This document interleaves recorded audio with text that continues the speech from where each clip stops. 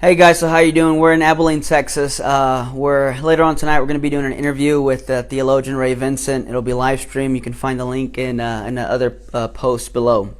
On our way here, I was kind of thinking back to some videos I've seen on Facebook where a minister will post a video that says something like, "Evolution destroyed in 3 minutes or less." And I'll even have some friends tag me in the video. And they do so because they're kind of showing, hey, look, there's another guy doing apologetics, or maybe asking me what they think about what this guy's saying.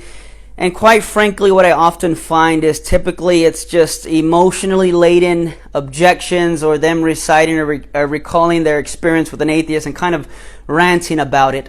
And what I find, though, is that these arguments they give don't really hold any good philosophical weight. Now, these arguments that a lot of these Christians put up, while they have good intentions, they might get some likes and amens from Christians, but like I said, they really don't hold any philosophically sound weight.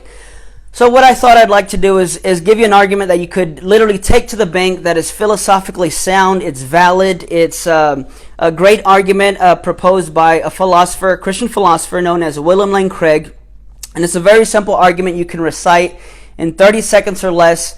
That in my opinion is one of the best arguments out there, known as the Kalam cosmological argument. Now, it's a very simple argument that would, like I said, in my opinion, really shake the faith of an atheist. And by faith, I mean the literal definition, which is a trust or confidence in something. And the argument goes as follows. It's 3 sentences you could literally write down on a piece of paper if you're talking with an atheist, having coffee with them. And it goes as follows. Premise 1 is everything that begins to exist has a cause. Pretty simple. Premise 2, the universe began to exist. Conclusion, therefore, the universe had a cause. Now, if everything that begins to exist has a cause, and if the universe began to exist, then we can logically deduce, reasonably, that this cause of the universe had to be at least 3 things. That is to say, it has at least 3 attributes. Now, to unpack this, we have to ask what began at the inception of the universe. And again, you can write this down. When the universe began, we know through cosmological evidence that time, space, and matter literally came into existence. Now, if everything that begins to exist has a cause, then the cause of the universe must have been, again, by logical deduction, timeless, spaceless, and immaterial. Now, by those 3 sentences alone that we recited, we can already deduce that there is a being necessarily that exists that is timeless, spaceless, and immaterial, which are exactly the attributes that we attribute to God and the Bible attributes to God. Now, note, I haven't opened one Bible verse to prove my argument. This is simply based on logic and reason and deductive evidence. Now, we can go further and say that if this being created the universe, then it made a decision to create, which means it was a personal being. Now, only persons can make decisions, so now we have a timeless, spaceless, immaterial, personal being. Now, if this being created something out of nothing, ex nihilo, then it is unimaginably powerful.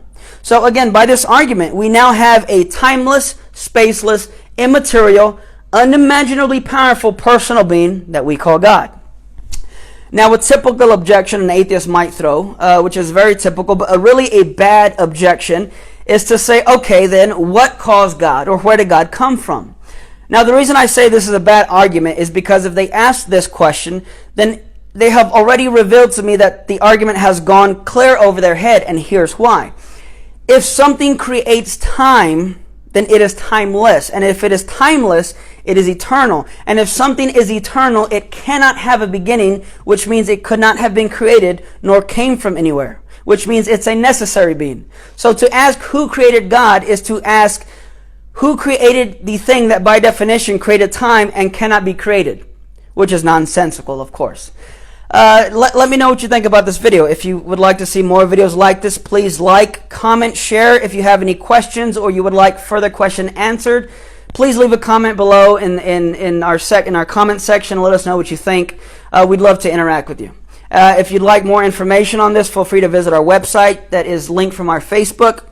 We can find other articles and even debates where I have articulated or even taught on this Kalam cosmological argument, and I think you'd find very helpful and useful.